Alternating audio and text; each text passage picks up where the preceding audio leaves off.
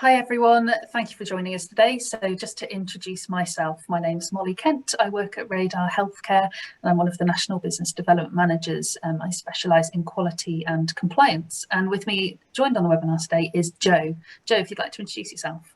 Yes, hello, thanks Molly. My name's Joanne Howard. I'm Director of Nursing and Quality at Morling Health.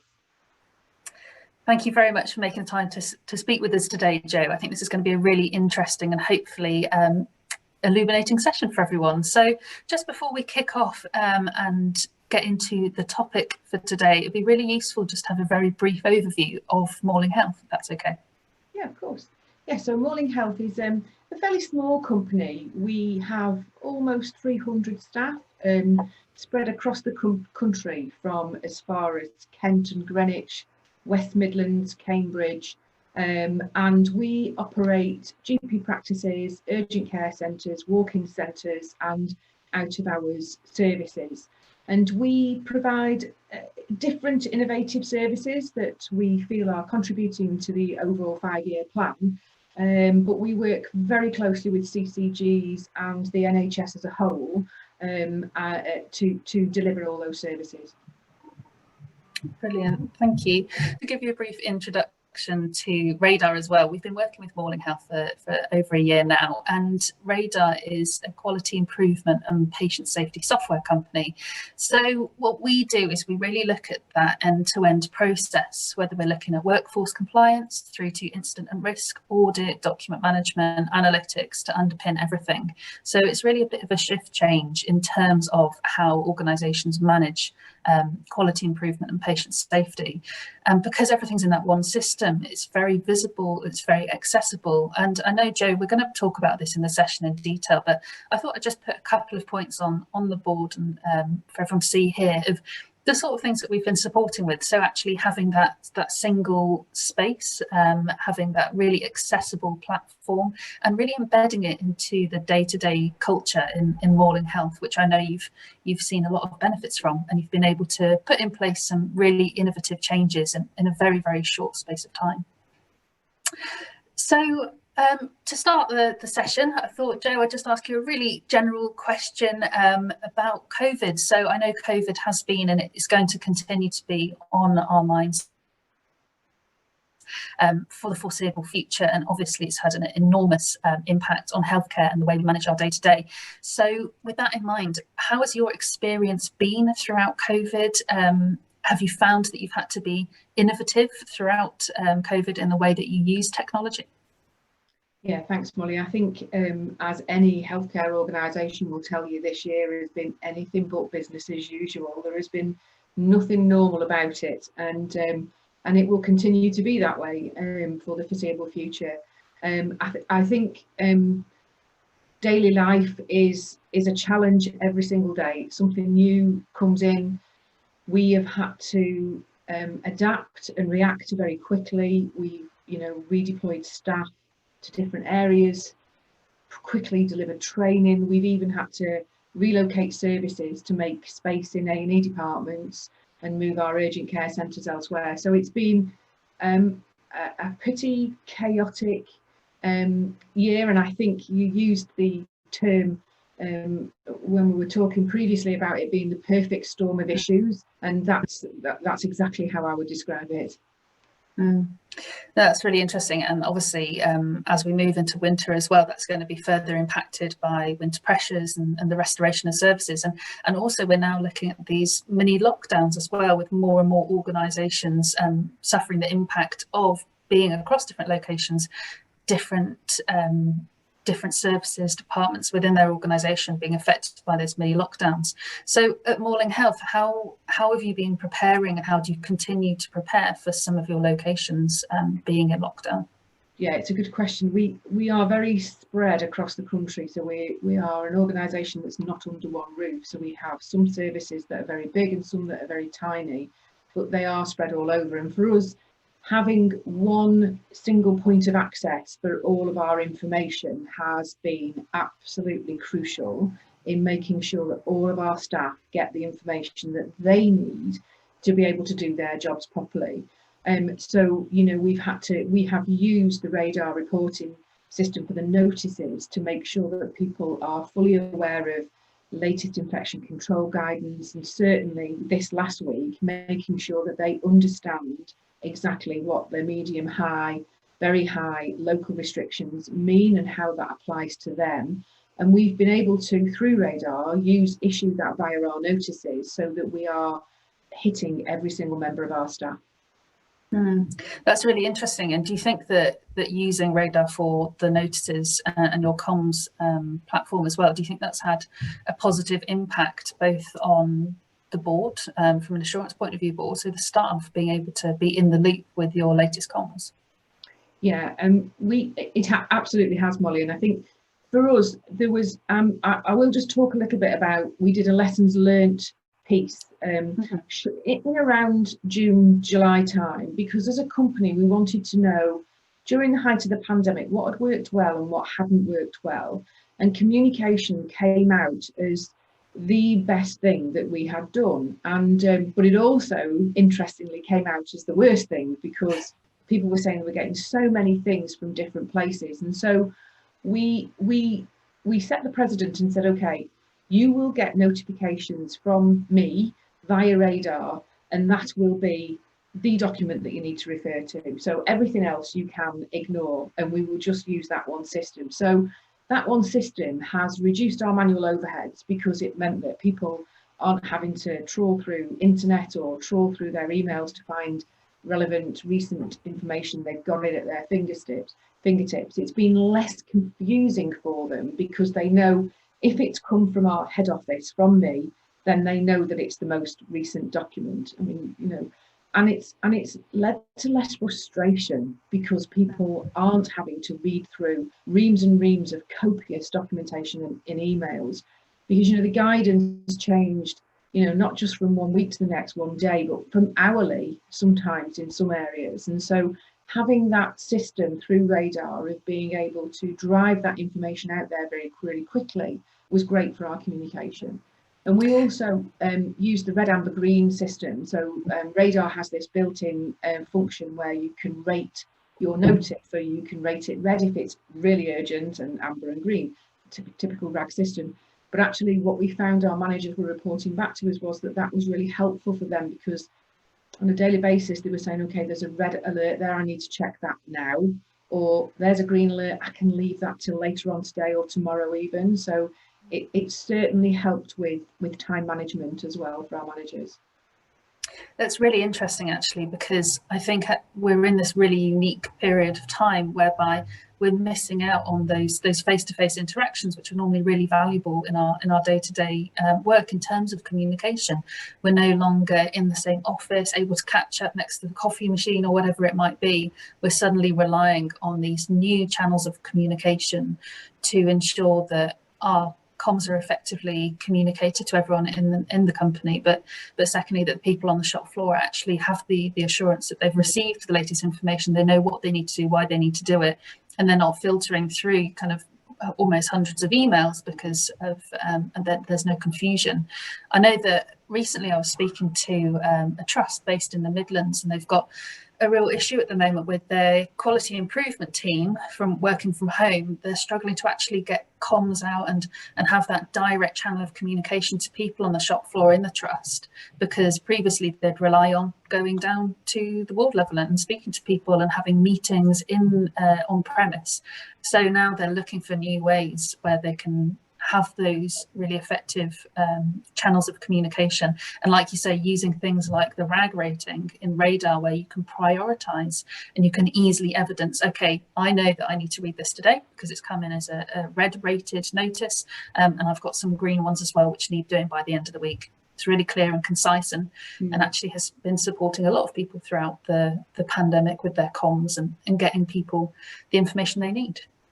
And I think, Molly, it's a really good point that you make about the assurance. You know, before we have, the company has had Radar in for quite a long time, but it was severely underutilized. So this time last year, as you said, we've been working together for about 12 months to really build up our Radar profile with our staff to make it was a bit of a light bulb moment, whereas we kind of realized we'd got all these different systems doing all these different things, when actually if we use radar properly, everything was in one place. And you mentioned earlier about it being accessible. You know, I can get radar on my iPad, on my phone, on my laptop, on my desktop, anywhere. And it's like having your little own hard drive traveling around with you, because you've got all access to all your policies and everything that you need there. But also, you know, before we did our bit of a relaunch with radar, our compliance rate with it was around 30 to 40% in the, you know, notices. We were sending out notices or emails, and we were getting no assurance that people had the emails, read the emails, and certainly then having to double up on things like having to ring people to say, did you get that email about such and such? Oh yes, I did, just haven't replied. Okay. But by changing that to being a radar notice means that now when we use the confirm notice system, it means that I don't have to go bothering people to say, have you read that information? Sure. Because I can see that very clearly on the system. So it tells me that. And we've gone from about 40% to about 95% compliance with our radar system, which we think is fantastic, hugely improved for us, but also gives us that assurance that we need. Not just assurance that people are doing what they should be, but it also makes us assured that they have the information that they need to do their jobs. That's the most important thing, and to keep them safe and their patients safe. And that's really interesting. And I really picked up on the point as well about the accessibility. It's great to hear that that's actually been a real benefit to you. I know that because obviously the system is cloud-based and it works on any device, I think people, again, in this new world where we've changed the way we work. We're working from our homes. We're not on site, that we do need quality tech in place that underpins that, and we can access what we need at the right time. It's all about visibility, access to the right information when you need to make those decisions, and log your activity as well. It's really important. Just picking up on another point, I know that you mentioned you actually had a bit of a sort of a stopgap last year and thought, right, we've got radar, we're underutilising it. How can we make the most of the system? How can we make it part of our daily lives at Morling? It'd be really useful if you could just talk me through that process. How did that relaunch actually start? Well, we have, we recognising that we were underutilising it was the first thing we had to do, was to realise that actually we'd got this system that we weren't really using very well. So hang on a minute, we need to get this better. So we set up a little radar working group with, you know, key members, key change drivers in different parts of the company, and got them together and said, right, what works well, what doesn't work well. And then we rang Ellie, who's our radar relationship person, and we just brainstormed all of these things that weren't really working very well. And radar was so responsive, I have to say. You know, it was sort of like 2 or 3 weeks later, the whole system had changed to meet our needs, really. And that was very successful, because we had lots of feedback from people saying, oh, it's really easy now to report an incident, or oh gosh, we can put all these lovely compliments straight onto the system. It's just 2 clicks of a button, and they could find policies really easy. You know, it's got a great search function. You know, it uses these tags so that if you search for a word that you think your policy is called, but you've tagged it into something, they can find it really quickly. So that really helps. And I think also for us, it was having the top-down buy-in as well. So our chief exec was really behind the fact that we have a system that we are paying for, but we are not using it, and you know, we're not very efficient because of it. So let's get this better so that we become more efficient, more assured. And so we started to take radar reports to our exec meeting, and that had a huge impact. And like I said, our compliance rate with radar has gone up hugely because of that. But I think it's like you said, it's sort of become the one source of truth, really. It's a bit like it's our intranet, radar is. It's where everyone can find out anything that they need. But you know, I talk about all the work things that we use it for. We do also use radar for a bit of fun as well. So, you know, when the NHS was being showered with rainbows, we held some competitions on radar to get people's kids involved to draw us rainbows so that we could put that onto the system. We're doing the Christmas jumper campaign is being run through radar, and I suppose for me personally, 2020 is Year of the Nurse some year, and we have been running our Nurse of the Year competition through Radar for the past 12 months, which has been really exciting, and we've had some wonderful nominations from people. So that's been really good. So we don't just use it for work things, we use it for some fun stuff as well. Well, that's so nice to hear. I think it's so important as well. Like you say, what a year 2020 has been, and we need organisations need that single hub, so people know, right, to access a policy, to complete an audit, to log a risk, I go on to Radar. But equally, it's that space that's fun as well, and it kind of melds together the culture in your organisation, and you can share those fun things. It doesn't just have to be your incident management system. It can be more than that. I'm also really pleased to hear how responsive the turnaround was in actually making those changes and making sure that the system was on the vanguard of what you needed.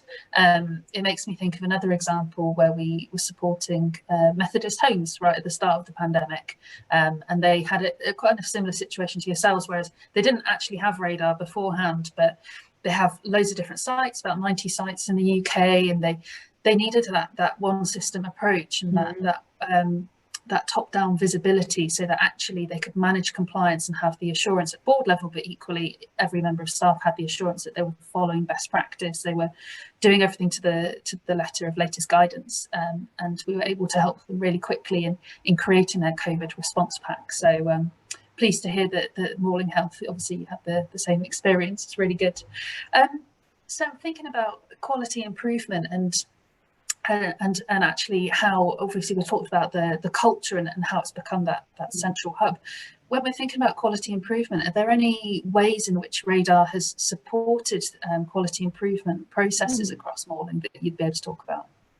Yeah, I mean, I could talk about lots, Molly, but there's one particular that sort of springs to mind. In incident reporting, as any healthcare organisation knows, incident reporting is really important as a good indication that your organisation is willing to learn from any errors that it makes, regardless of the degree of harm that's caused to any patient or staff member. And we also, we do thematic reviews looking at our past, not just the month, but our quarter. And we can easily do that through Radar by using the report builder. It gives you a great overview picture of what's been going on. And we noticed in over August and September, we had quite a few incidents relating to cold chain, which is where medications are left out of refrigerated area for a period of time, rendering that vaccine or medication no longer fit for purpose. And that was causing delays in patients getting the treatment that they needed, but also financial cost. So we were able to use all the data from the Radar reports that we got, and we turned that into our SBAR tool, which is a common healthcare tool that we use.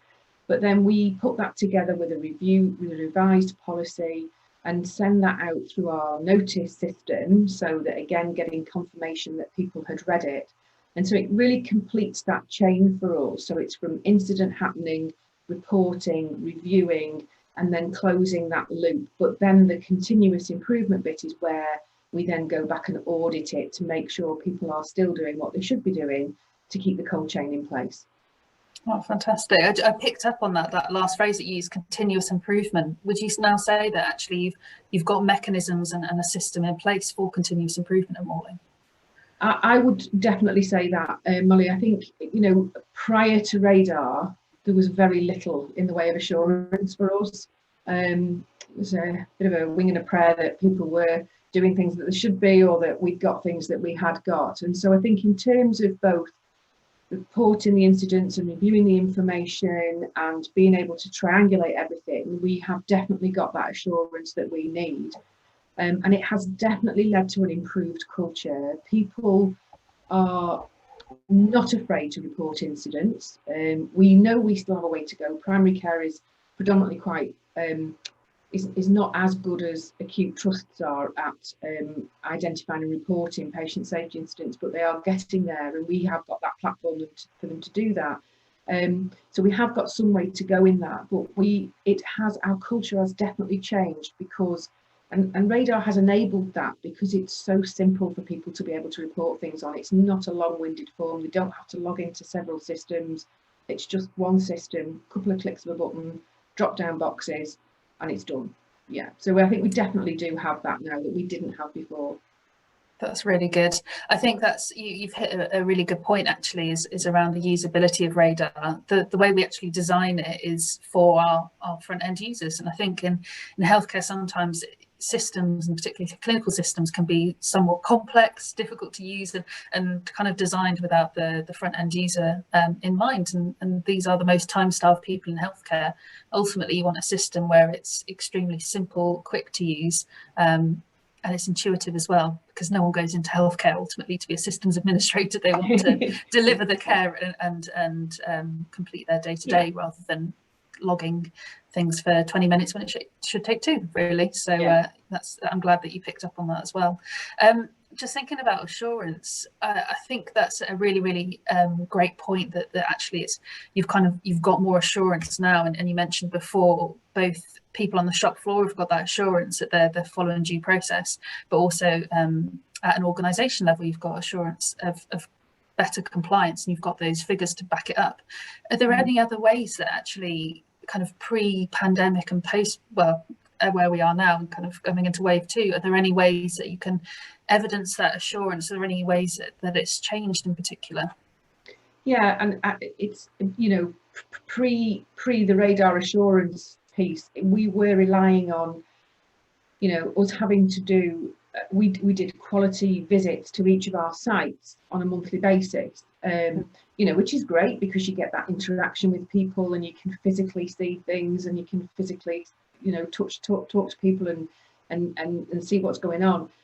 We can't do that now, so we have to rely on our system to be able to give us that level of assurance, and by using the audit function, using the reporting function, that helps us to do that. But also with the notification, the notices and the communication aspect, you know, we do get that assurance that people have the information they need. And certainly from our lessons learnt piece that we did, you know, the communication being really good and clear was the most talked about theme that came out of it, and people praised the fact that we'd used Radar because it's sort of, the pandemic kind of enabled us and sort of was a forcing agent into getting Radar from being a must do thing to being an everyday life thing. So now people, that's what they do, they go onto Radar because they can see what their tasks are, they can see what notices have come in overnight or in the morning, early morning. And so it has changed. Our whole ethos has changed, I think, because of the pandemic, and it has led us to have better assurance.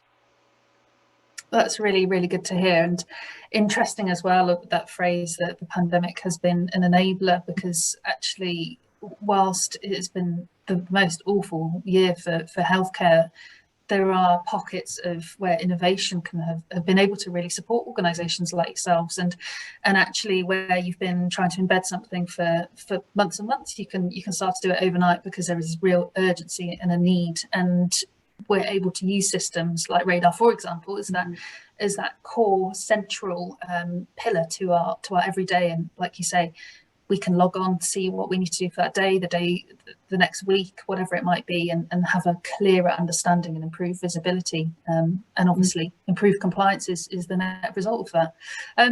Just back to one of your earlier points, we were talking very briefly about accessibility of Radar and the fact it's cloud-based and works on any device. Do you think that has helped the staff members at Morling to actually use the system better because they're able to use it on their phone, their laptop, and at home? Yeah, it's been a big selling point for us. And it's like I said to you earlier on, we have had to quickly respond to some of our areas. We have had to vacate our normal premises to go and work in other premises because we needed to make space in A&E departments, for example. And we didn't have to worry about being able to access everything because it just went, sorry, there's a thing just popped up, it distracted me. Same. Sorry. Same. So when we had to relocate our services, you know, we didn't have to worry about have we got all our policies, have we got all our folders that we need, because actually it's all just there at the click of a button, so you can log on to it wherever you are. So whether that was somebody else's system, computer system, as long as we could get into Radar, we were fine, you know. So yeah, that was a big selling point for us. And you know, it's not just about the here and now Radar. For us, it's a really good tool that we can use going forward. So, you know, we are a fairly small company, we are wanting to grow. So, you know, for our tenders that we do for other services, we always mention Radar and how we have this single point of access for all of our policies and devices, and that people can access it anywhere from any device. And so that also helps us with our tenders going forward as well.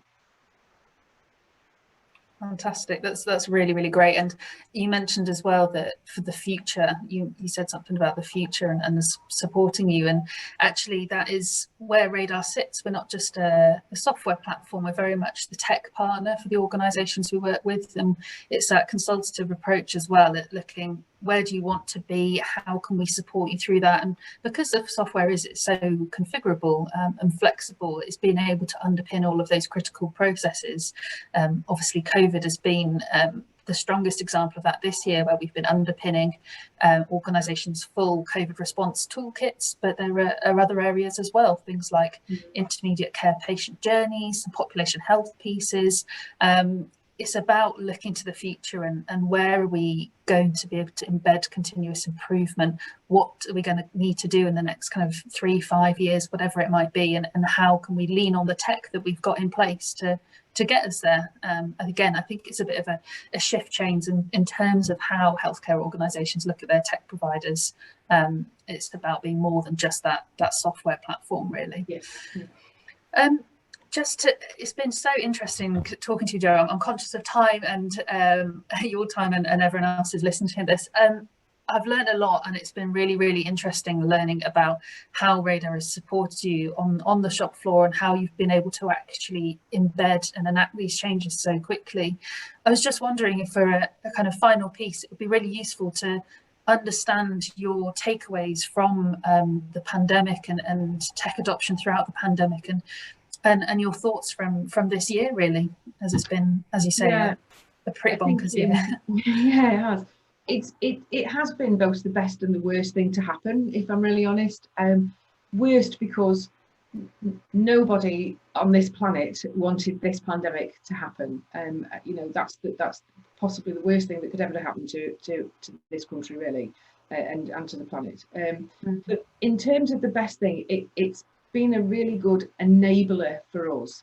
It has forced us to do things that we didn't, you know, you kind of thought it was a nice to do thing, but you weren't giving it any priority. This has really, really forced that issue. So, you know, for example, our GPs doing video consultations, you know, for years we've been trying to get them to do that. Overnight they had to, and now they love it. And why haven't we done this for years, Jo? I was like, you know, so it has been really good from that perspective.